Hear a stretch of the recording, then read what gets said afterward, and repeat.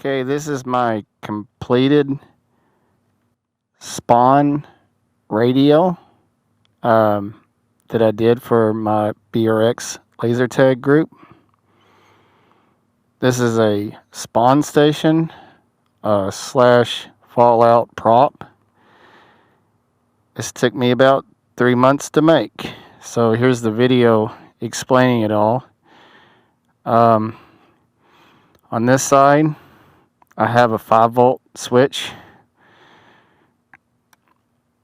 So I have 3 items that are running on 5 volts. I have a radio receiver.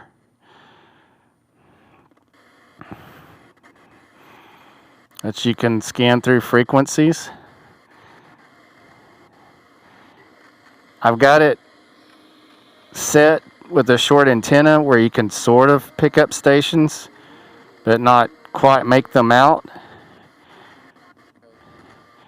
because I want people to be able to scan through and find this broadcast here.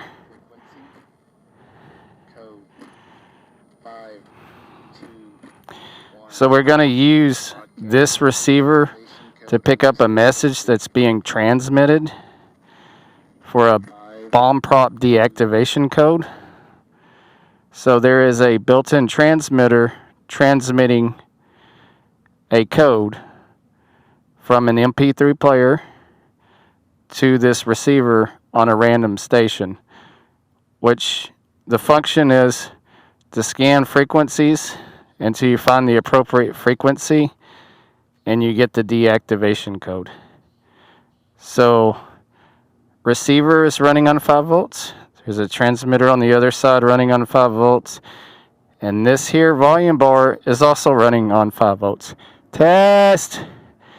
As volume goes up, the meter goes up. So it's just part of my light.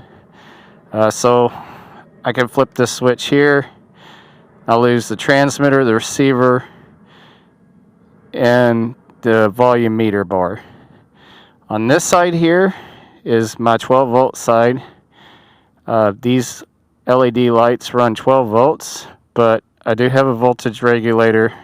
I've adjusted them down to 9 volts. The reason why is 12 volts was extremely bright, and I don't want anybody to have seizures. I just about gave myself several seizures, you know, looking at this thing and playing with this thing and trying to find a way to make the lights a little not so bright and tone them down. I've done a few things, put foam and stuff like that around.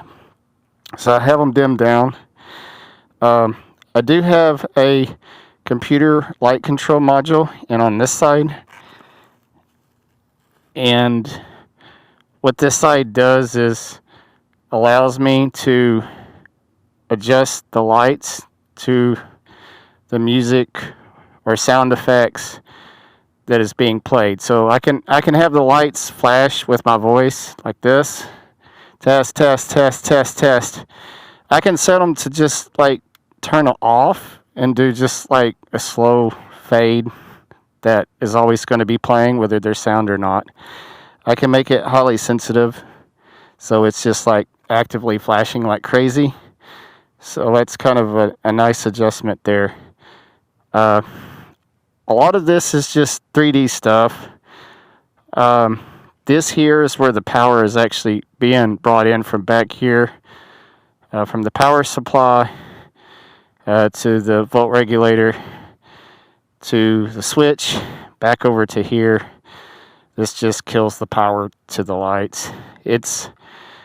I could have done all this in the back, but for looks, it looks cool having all this extra stuff.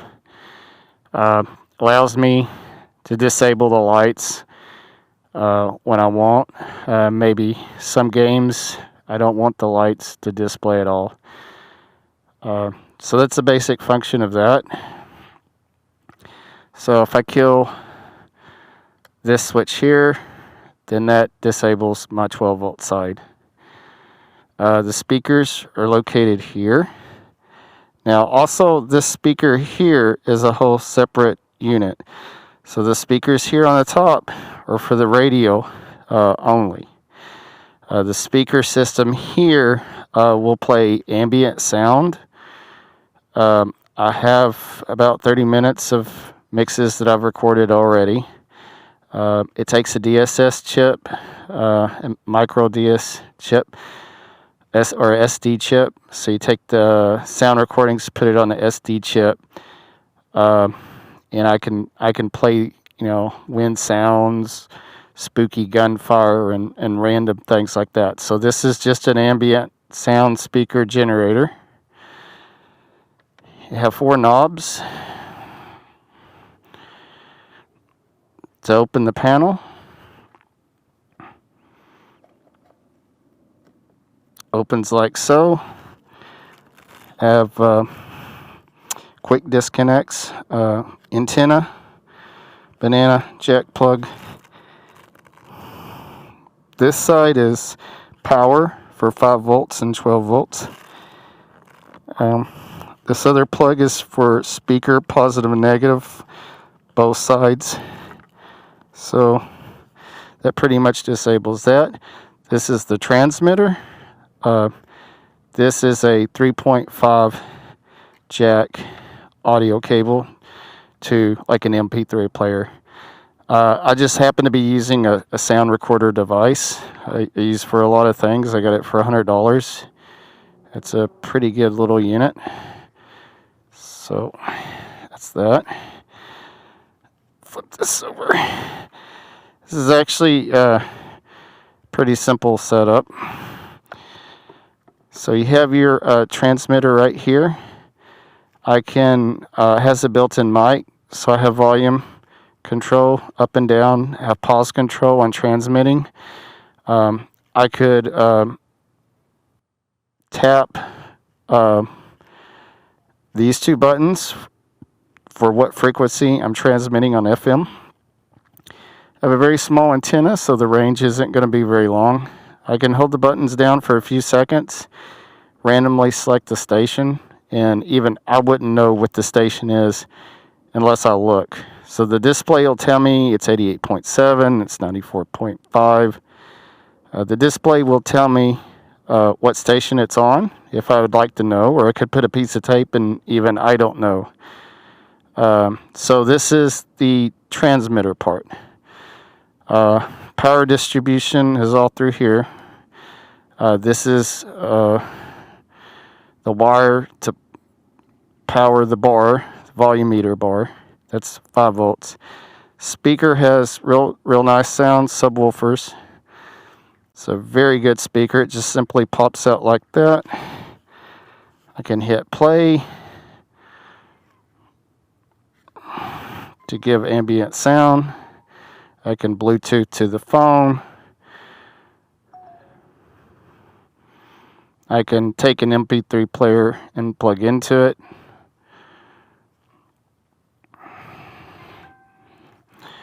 Speaker wires are right here with the antenna, one piece. This is part of my custom recording. I've gotten this from freewavefiles.org or something like that. I've got a bunch of wave files that I just randomly put together. I'm in the process of doing some of my own sound recording. I'm also looking at getting a voice processor modulator to kind of do some of my own voices. This is the computer that controls the light with the sensitivity knob. These are all the wires for the lights in the back. There's quick disconnects for that. This is my voltage regulator to give me the 9 volts from 5 volts. This is the little custom plug that I wired up. So I have on this side here set to 9 volts. And then on this other side I have set for 5 volts. So 5 volts is for the transmitter, the receiver, the volume bar, all runs 5 volts. Battery supply back here, very easy to remove. This is a free battery bank I got with my scope. I got an ATN Digital Pro night scope. Came with this battery. So that's what I'm using. It's pretty heavy. I don't know the capacity. I think it's, it is 10,000 milliamp capacity, so it's a very big capacity. A stick of wood is all I needed to hold it.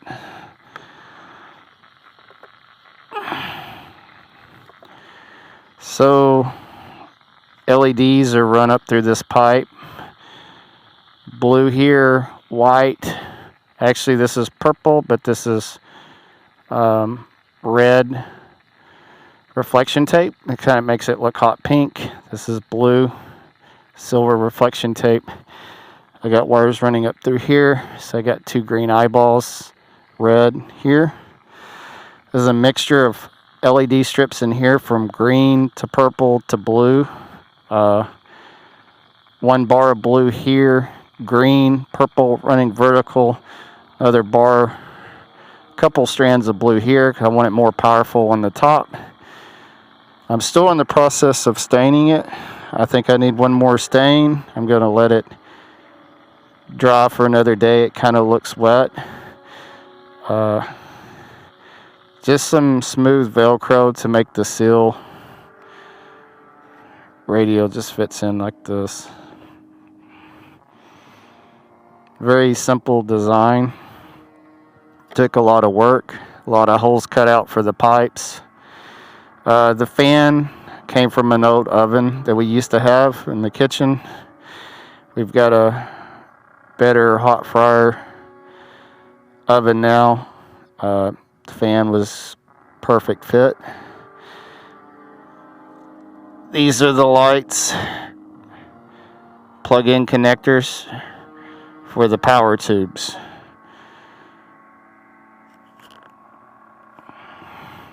And I'm trying to think of anything else I might have left out. This is basically threaded. This is rubber. So this just kind of twists in, nests in just perfect.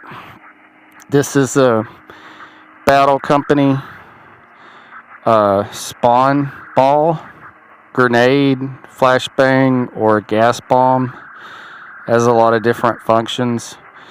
Also King of the Hill. So one team shoots it, becomes blue team's side. Red team shoots it, removes blue team's flag, sets their flag. After a certain time limit, one is declared the winner. Or you can use a spawn station, which I'm using this as a, scenario game. As you have to take over the base with the communication center, intercept the message, get the bomb deactivation code, use the bomb deactivation code to deactivate the bomb in another location. So that's what I'm using it for. Also use it as a spawn station as well.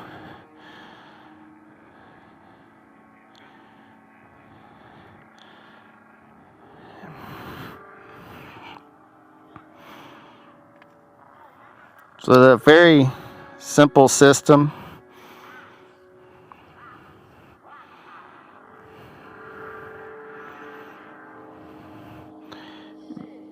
Very easy to get in, take apart, set up.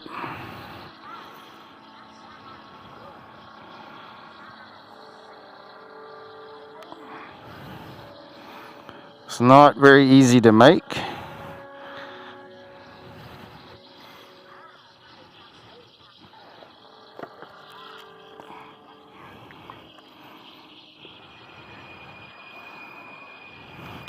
I do plan on building a few more of these. I want an atomic power plant of some sort or something. I don't know. This was not copied or in a Fallout game. I just kind of kept to a Fallout theme of 60s, 70s type radio old wood radio with an old speaker. This is MDF foam that would normally be found on the back of a TV, an old TV station. So I put a lot of old stuff into this, but made it atomic with the power tubes, the pipes. Wasn't all planned to be like this. It was planned just to be a box with the receiver. Well, wasn't even going to have the radio.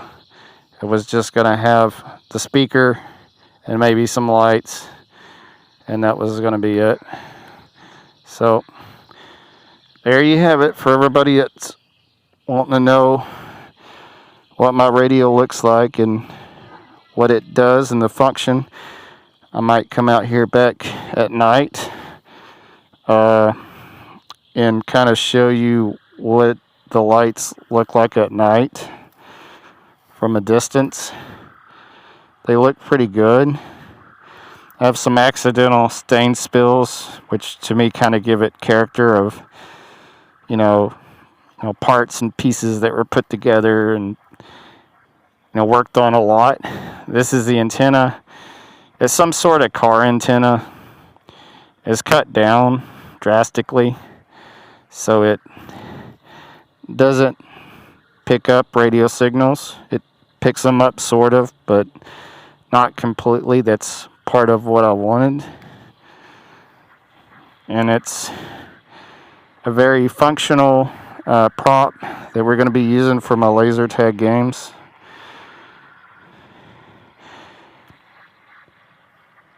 And it just completely, to me, is completely awesome and artistic. I hope to be painting a gun, maybe with this color here, and trying to do some kind of plasma effect as I've done here on the barrel. I'm still waiting on some foam that's out of stock and some other things, but hopefully I can get started on that pretty soon. I might post a future video. I'll show you how to spawn back into a game using the spawn feature, and I'll show what the lights look like at night. But this was filmed on a helmet cam that I made. I think it's the Evo 10. It's a biker helmet cam system from Solana. It's a Evo 10. It's slightly tilted over, so it has the perfect POV viewpoint that I would like. So that was another project. Maybe I'll speak about that project. I also want to review 2 bomb prop kits that I have that are just totally awesome. So hopefully I'll get some more reviews and things like that on there for you. So that's it. Rustic Almond signing out.